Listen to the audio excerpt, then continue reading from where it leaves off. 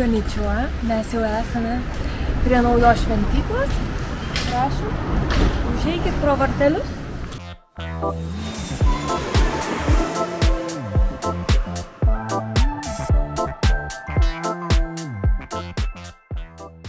Centrinė Kyoto dalis šiandien bus lankoma, turime sąraše kokias 6 šventyklas, kiek pavyks pamatyti tiek. Visos jos labai panašios, centukų pasiėmėm, kad būtų daugiau sėkmės nei vakar. Pirmoji šventykla, šiaip atrodo jau už to einant labai gražiai, labai tokia aukšta. Ir pušelės labai seksi. Einam į vidų, pažiūrėsim, kaip ten viskas atrodo. O kaip tvarkingai, nedaug žmonių, vos keli turistai. Super. Iš kitos pusės šventyklos fasadas, visa medinė. Atrodo gražiai, įėjimas bus iš kitos pusės.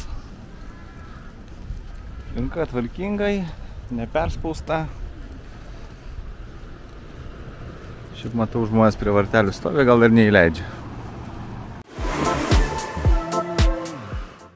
Einam per gyvenamus rajoniukus link kitos šventyklos.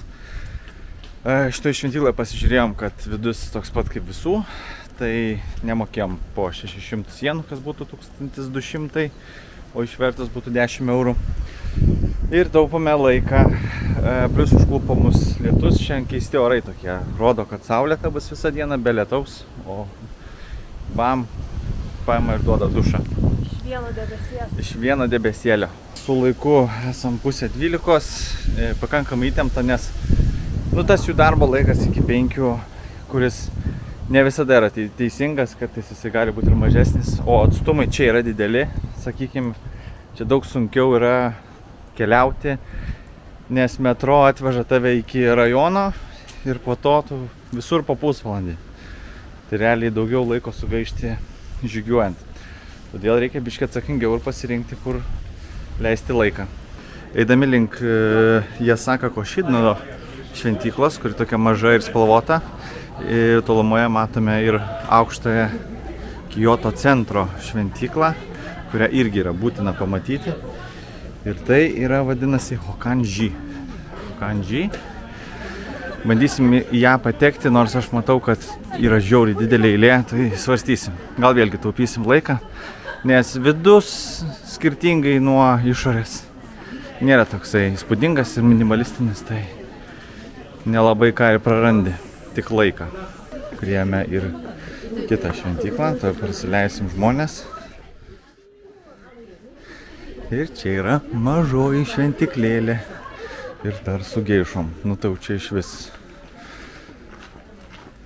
Taip pat visur yra labai daug tų spalvotų rutuliukų. Vienas rutuliukas kainuoja 300 jenų ir parašai savo norą. Šita šventykla susijusi su meilė ir ieškantiems tikros, tviros meilės, reikia pasirašyti čia pasižadėjimus visokius. Tik svarbu nieko nedaryk be pinigėlių. Jokių skalambinimų, nieko nesbū. Mane belik, kad neprarašiau savo meilę. Taip. Einam į sekančią, pasižiūrėsim. Priėjome jau šventyklą, tą pagrindinę Kyoto centro. Šalia eina varinis laidas. Atrodo, kad varinis tai dėl to, kad matau, kad korozija žalia. Bet panašu, kad čia labai rimtai yra pasiruošę žaibolaidžio klausimui. Ir akivaizdu, kad reikia, kai bokštas medinis toksai. Gal čia ne vieną kartą jau yra sudegęs.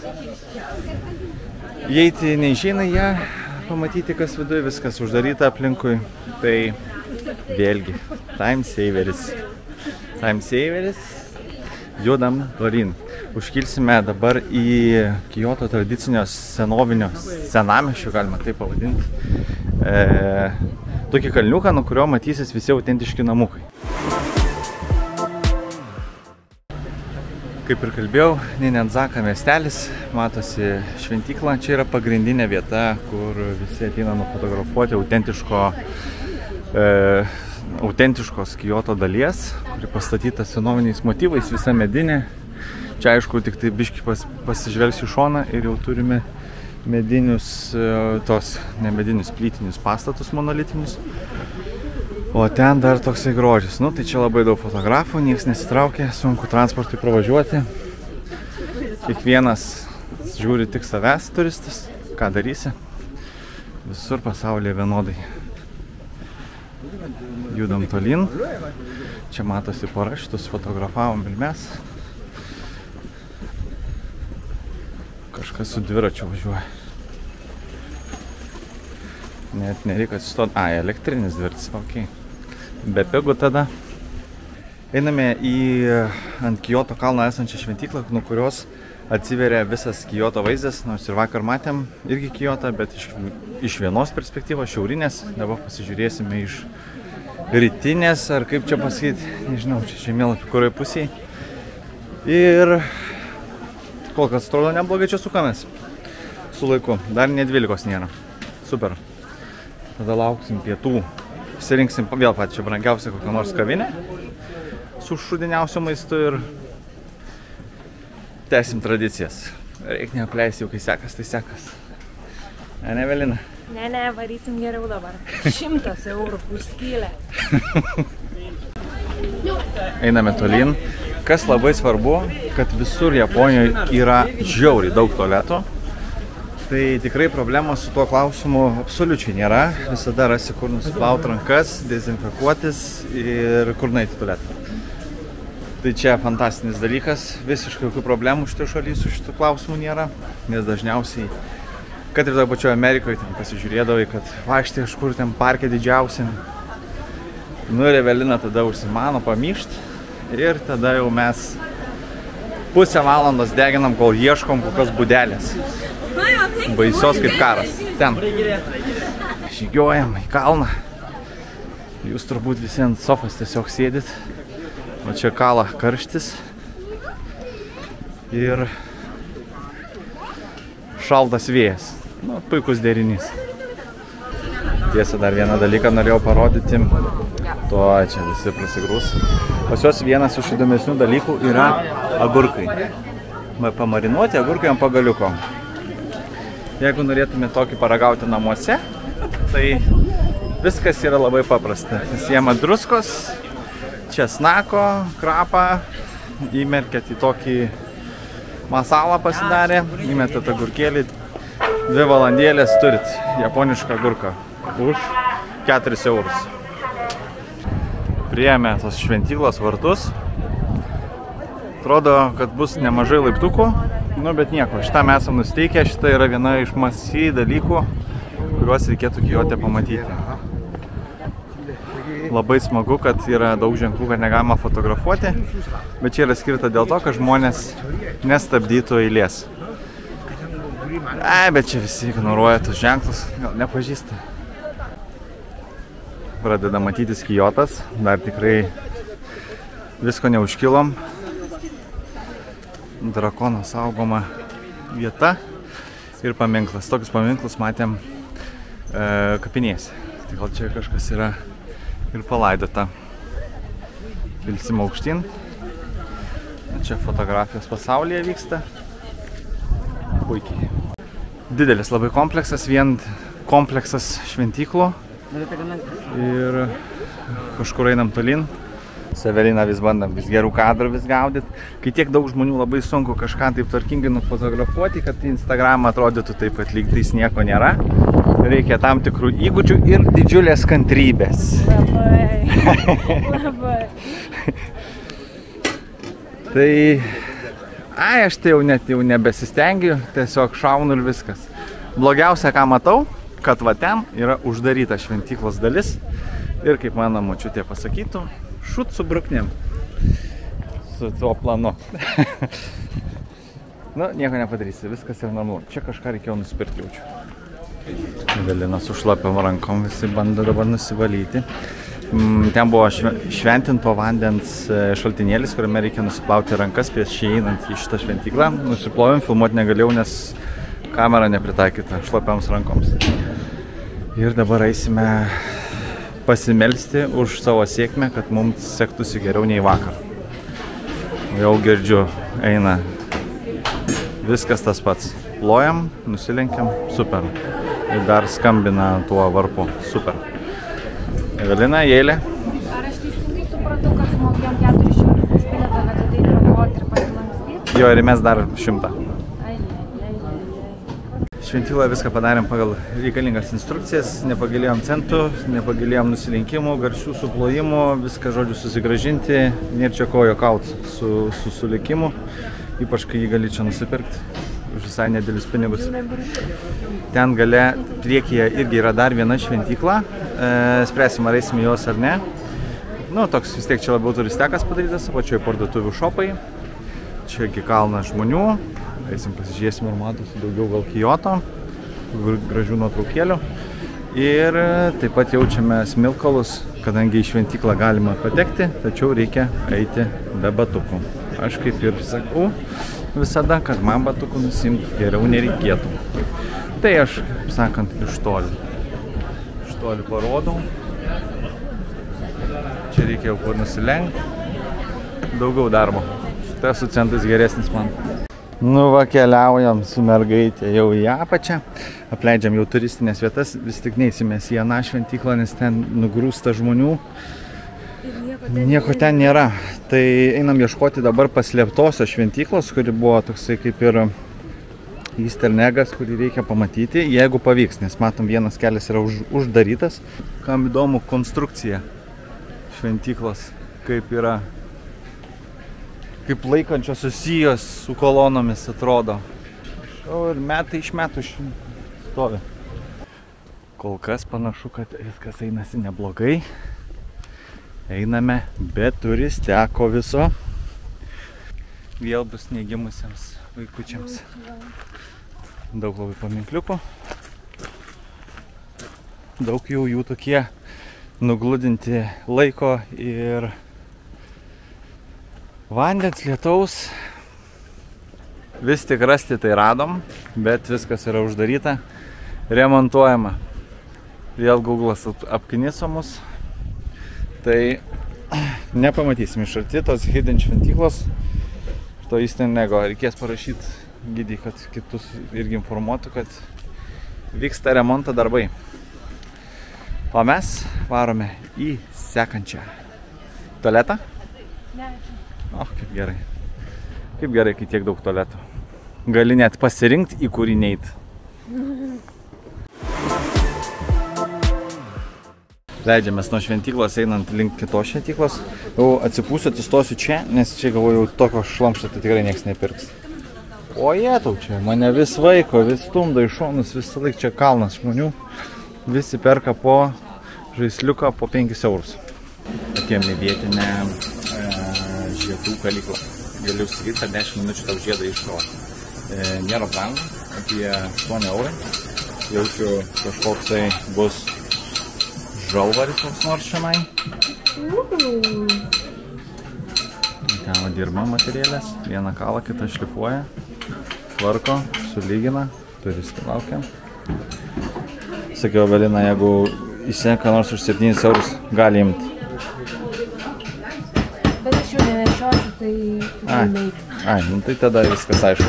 Čia irgi įdomus momentas. Jų raštas gali būti rašomas ir horizontaliai, kaip mes skaitam, ir vertikaliai. O čia šiuo atveju yra surašyta viskas vertikaliai. Taip pat pastebėjome, kaip skaito jie knygas, kad skaito vertikaliai viską. Taip, nuo viršaus į apačią. Tai buvo įdomu pasižiūrėti. Tai jie taip universaliai gali arba vienaip skaityti, arba kitaip. Taigi, kurie laikraščiai yra vertikaliai, kiti horizontaliai. Jeigu nenorima eiti, galima įmesti ir pasimelsti irgi kapeikėlių prieš įeinant. Gerai, einu ieškoti kešo, matau viskas čia kešų. O gavom su Evelina lazdeles laimės, eisim įsmeigti, kad vėlgi gerai viskas sektųsi. Ir čia jau turime... Ne, čia nebūda, čia vėl nusišneko aš kažką tais. Čia kažkokia bus kita moteriškė iš budistų. Gal žmona? Reiks pagooglint. Einam įsmeigsim pagaliuką į smilkalų kibirą ir tada pasiaiškinsim detaliau. Atrodo tai įspūdingai. Laikosi.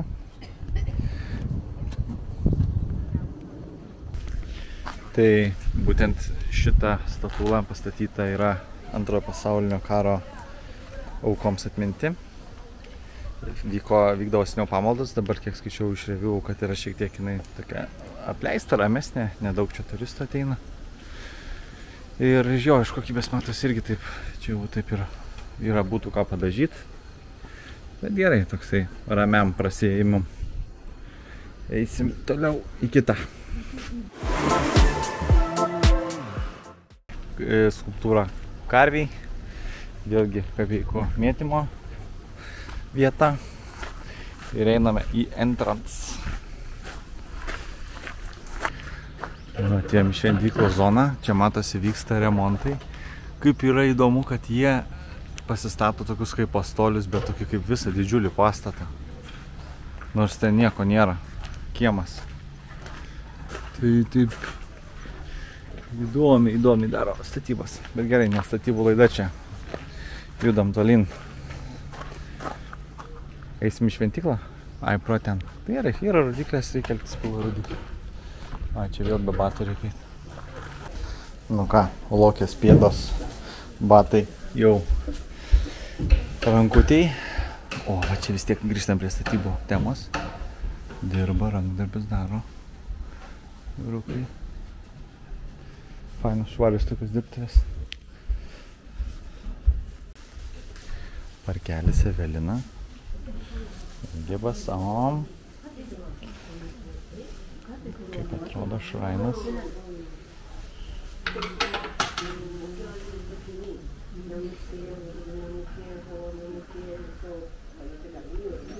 O čia dar žodžius sako.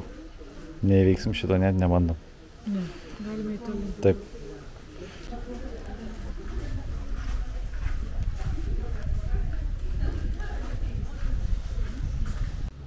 Tėmė kita šventyla tokia senoviškesnė. Lubos.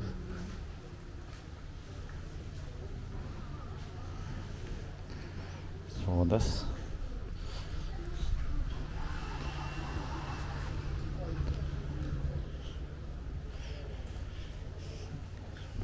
Ten jaučiu šeimas yra, ne?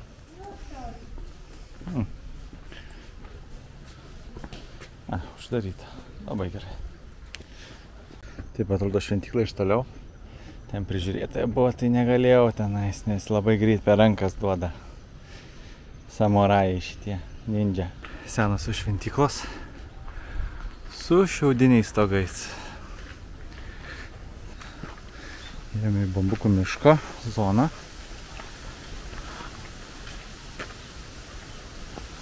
Reikia turistai, lauksim kol nueis.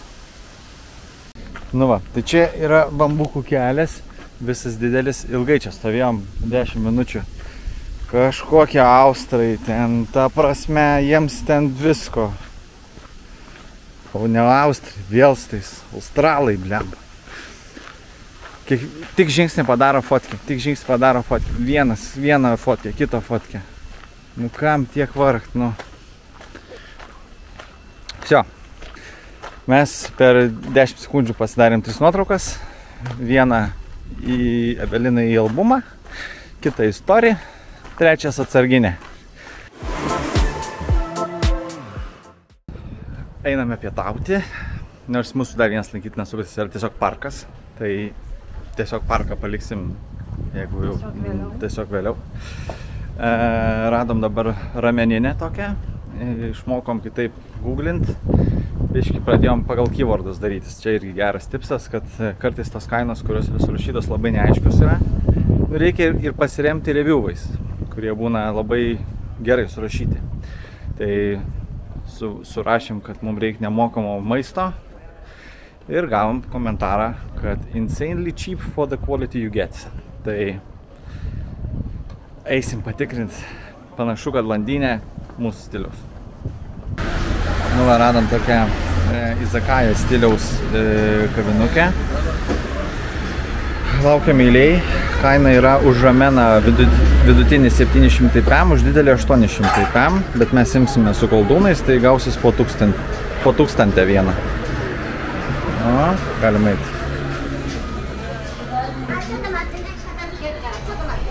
Nu va, vietiniai izakajos tipo kavinukai savo, ramiai. Laukim savo maistelio, viskas labai autentiška, paprastai labai pigu. Mačiau tikrai family business, vyras su žmona dirba, kepa, verda. Wow. Patiekalų nedaug, yra 6 patiekalai. Rameniukai 2 tipų, čia yra setas kepimi, mes pasiėmėm setą, tai būtų su kolduniukai, su ryžiais ir su pasirinktų ramenu. Nu ir dar tenais veganiškas ramenas yra. O mūsų koldūnai ten kepa. O šiaip virtuvė, baras, viskas įrame, super. Užkandom, labai patiko, labai geri ramenai buvo, labai skanus, labai sotus, labai geri koldūnai gijozas buvo, labai geri ryžiai buvo, labai geri dresingai šonė buvo. Alus blogas buvo, čia geras alus yra tik Kirin Bravoro, o tas Asun šrotas. Jo Lietuvoj galima gauti, visokie gambėjai turi. Tai prastas ten alus. Nesvarbu. Esmė, kad sumokėjome už pietus 20 eurų. Tai pavalgėm kokius 8 kartus skaniau negu vakar tam prabangiam japoniškam turistų restorane ir sumokėjome 3 kartus mažiau. Tai skaitau, labai gerai. Viskas vėlgi toliau liekam tik stiliese, gal ir ne taip gražu, gal ne taip gerai vėdinama, gal ir ne taip faina, bet skanu, pigu ir sotu. Taip kaip ir turi būti normalio, geroj valgyklai. O dabar keliaujame į kitą lankytiną objektą. Tai šiandien nusprendėm paimti rytdienos dienos dar biškį planų, kad susimažinti. Ir varome į vakarinę miesto dalį, kurioje aplankysime dar 2 šventyklas ir filosofų taką. Tai taip nusimsime vargo nuo rytdienos. 1628 pastatyti vartai į parką. Įeiti negalima, čia matosi vaikai eina į mokyklą. Oi, grįžti iš mokyklos. Aš čia biškį su lietuvišku laiku susimaišiau, nes dabar 9 Lietuvoj. Visi prabudo. Įskaitant žiaurius notificationus iš naujienų portalų. Ir mes eisime į Ninja Shrine šventyklą, kuri turėtų būti už šitos tvoros. Žiauriai gerai atrodo. Ir čia tik tai yra pagalbinis šventyklos pastatas. Daug mažesnis pastatėlis. Labai įspūdingai atrodo, dideli vartai. Gal labiau ir atliko funkciją pačių vartų. Tam, kad pereiti į šrainą. Šventyklos dydis palyginimui su vartais. Vartai dvigubai didesni. Patekti tradicijos visur tokios pat. Nėra ką per daug pasakot, vos nenusilaužiu kojos. Ir einam, pabandysim patekti į vidų, pažiūrėsim, ar jinai atidaryta. Panašu, kad šventykla yra uždaryta lankymui turistams. Uždaryta. Jo, tai sutaupyta 10 minutėlių. Ir keliaujame dabar į filosofų kelią. Einam po filosofuose, aš tau biškį. Priėjom dar šalia esantį parkelį, kuriame yra štai toksai tiltas. Remiantis konstrukciją, spėjau, kad tai yra akvedukas, patikrinus Wikipedijai, taip, tai yra akvedukas. Nuo viršaus yra kalnai, nuo kalnų atitekdavo vanduo į miestą. Ir vis dar dabar čia visur čiurlena vanduo. Tai ne tik romėnai irgi va mokėjo, bet ir japonai buvo išmokinti. Jau einame filosofų taku, jau čia galima filosofuoti, su Evelina dėliojam filosofinius savo planus, išgyvenimus. Vienas vėlgi iš statybų paskambino, tai supratom filosofinę mintį, kad reikia daugiau dirbti, jeigu nori uždirbti. Taip, o toliau va kačiukai laksto. Vienas kitas. Šiaip šitas takas būna pats gražiausias pavasarį, nes čia pradeda žydėti sakuros, tada jos taip krenta gražiai ir visi žmonės jau mėgsta to tako eiti ir fotografuotis. Nu, vis artėjame link savo šventiklėlės, ne, tikrai ne dešiniau, tiesiai. Ir vėlgi einame per gyvenamus rajoniukus, kadangi atėjom iš kitos pusės. Oficialus takas yra palei tuos filosofus, bet jau tiek prisifilosofavom, kad Evelinai tualetą dabar nori. Ir tiek prigyrėm šiandien, kad yra tiek daug tualetų, nei vieno dabar nėra. Tai pabėgom nuo vandens, kad taip neskatintų smarkiai. Priėjom. Panašu, kad tai bus visai didelis rajoniukas. Mums svarbiausia yra atvaryti prie Kanondin. Yra sidabrinis paviljonas Ginkakuji. Jeigu atkreipsite dabar dėmesį šitą pavadinimą, Ginkakuji yra sidabrinio paviljono šventykla.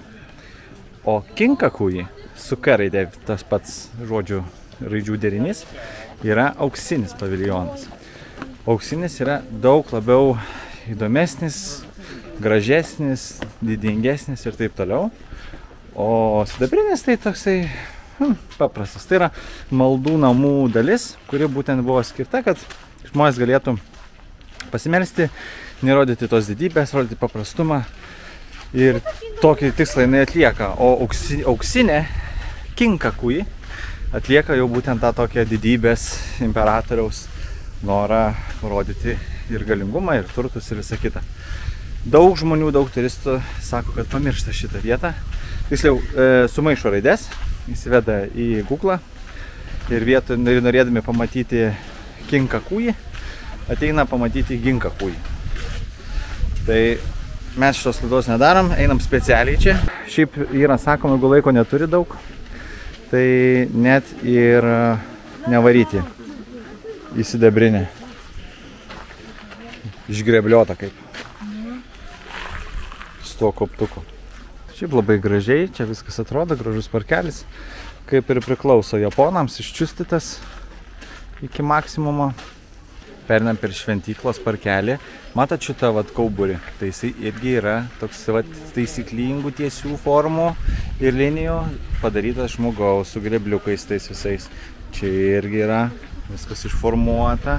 Jie kas 2 valandas daro pramogą tokią. Gali už 15 eurų būti žiūrovas. Atsisėdi ir čia ramiai jau profesionalai dirba.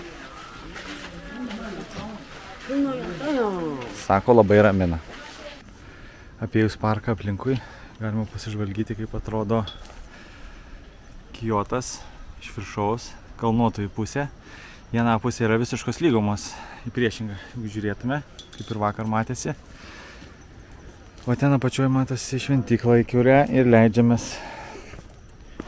Gerai, daug lipt labai nereikėjo, nepavargom. Na, Evelina, einam pasižiūrėsim, parodysim visiems ir savo atminimui, kaip atrodo sidabrinė šventykla. Iš čia nelabai matosi, perikim. Daug fotografų. Įdomu, kiek iš jų yra tie, kur ne į tą atėjo. O, kiek čia medžių. Va, geriausias vaizdas šventyklos, sidabrinės. Buvai vidai?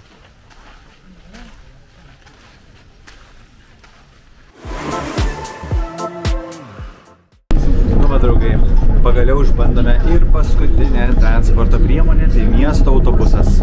Šiaip visas transportas yra labai patogus naudoti. Visur yra va tokie aparačiukai, kaip ir metro, nuskanuoji telefoną, po to, kai atvažiuosim į vietą, nuskanuosim vėl, nuims pinigėlius. Ir Evelina nepasiekė vaizdo. Tai taip minimaliai. Šiaip ir kiti nepasiekė. Čia šiaip toks mažesnis. O šiaip tai viskas, kamera mūsų jau į pabaigėlį yra. Šiandienos planas įgyvendintas su kaupu, rytdienos plano pusė yra įgyvendinta irgi, nereikės važiuoti jau šitą dalį. Tai labai happy, daug labiau pasisekė negu vakar. Nuotaika daug geresnė. Ir viskas. Ir šitam epizodui bus tiek. Keliaujam namo, ilsėsimės, o vakare manęs laukia masažas. Bum. Ai, mes tiksliai dar turime masažas prieš, aš galvojau, jau kažkur varysim barą, į klubą, šokti. Dar tik 5 vaikelį. Bet taip nėra buvę. Gerai. Tai va, tai iki kito epizodo, kuriame apžvelgsime auksinę šventyklą. Bažnytką. Šventykla. Gerai, čia.